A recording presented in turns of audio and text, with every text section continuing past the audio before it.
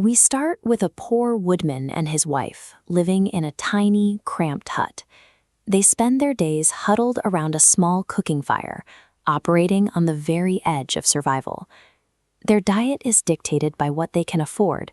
That means a repetitive rotation of yellow lentils, ghee, and basic spices, cooked down into a staple dish called dal.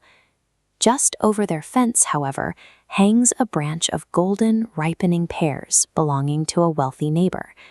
They have an agreement that they can only eat the fruit if it naturally falls into their yard, leaving them staring at the sky, waiting for a storm that hasn't come. This lack of resources creates a constant domestic friction. The wife refuses to serve the dal until her husband goes out and performs the grueling physical labor of hacking dry firewood. This is a life lived in a pressure cooker of scarcity, when every meal is a struggle and luxury is literally just out of reach. The moral cost of a shortcut starts to look like a bargain. Deep in the woods, the husband crosses paths with a massive, dark-furred bear swinging through the dense underbrush. In folklore, bears are often framed as terrifying predators, but here the animal is simply an inquisitive, easily manipulated local. The woodman immediately goes for the bear's primary weakness, his stomach. He paints a picture of his wife's cooking, the rich, heavy aroma of dal, specifically designed to tempt the hungry beast. To increase the perceived value of the meal, the husband tells a calculated lie. He mentions that the dal is made with saffron, an impossibly expensive spice the couple definitely does not own. The bear eagerly agrees to the woodman's terms. He will haul a staggering half-ton of wood to the couple's cottage, all in exchange for a single hot serving of lentils. By the time they leave the forest, the power dynamic has shifted.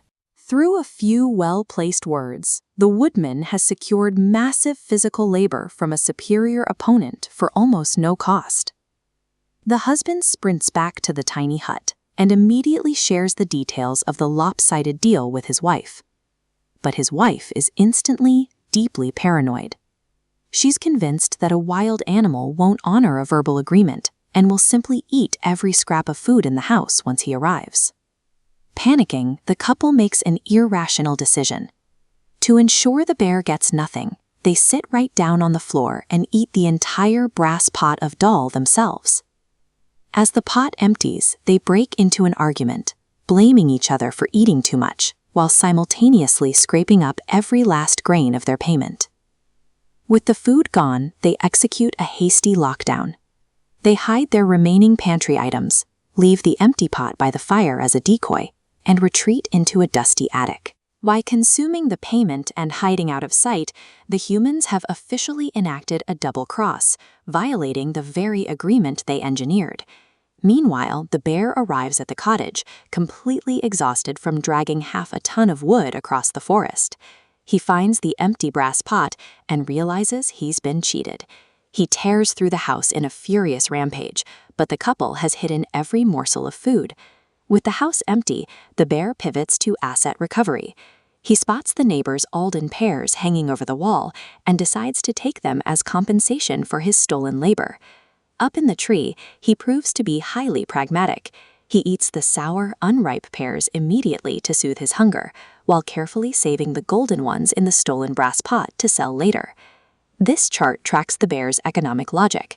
His massive labor input resulted in a zero return, so he rationally reroutes his efforts to acquire alternative assets. He is acting on a logic of recovery, directly contrasting with the human's earlier greed. Inside the dark attic, the physical tension reaches its peak. The villagers hold their breath, watching through the floorboards as the bear secures his alternative payment. But the dusty attic proves to be their undoing. The wife releases an uncontrollable, massive sneeze that echoes right through the quiet courtyard. The terrified bear misinterprets the noise as a gunshot. He drops the pot full of fruit and flees back into the forest, leaving everything behind. This ledger tracks the final outcome. The humans walk away with a net profit: wood, a meal, and golden pears. The bear side is a total loss. He spent thousands of calories of labor and left with only a stomachache. So when you read a folktale titled The Greedy Bear, look closely at the math. When a beast is framed as the villain, you always have to audit the motives of the humans who wrote the story.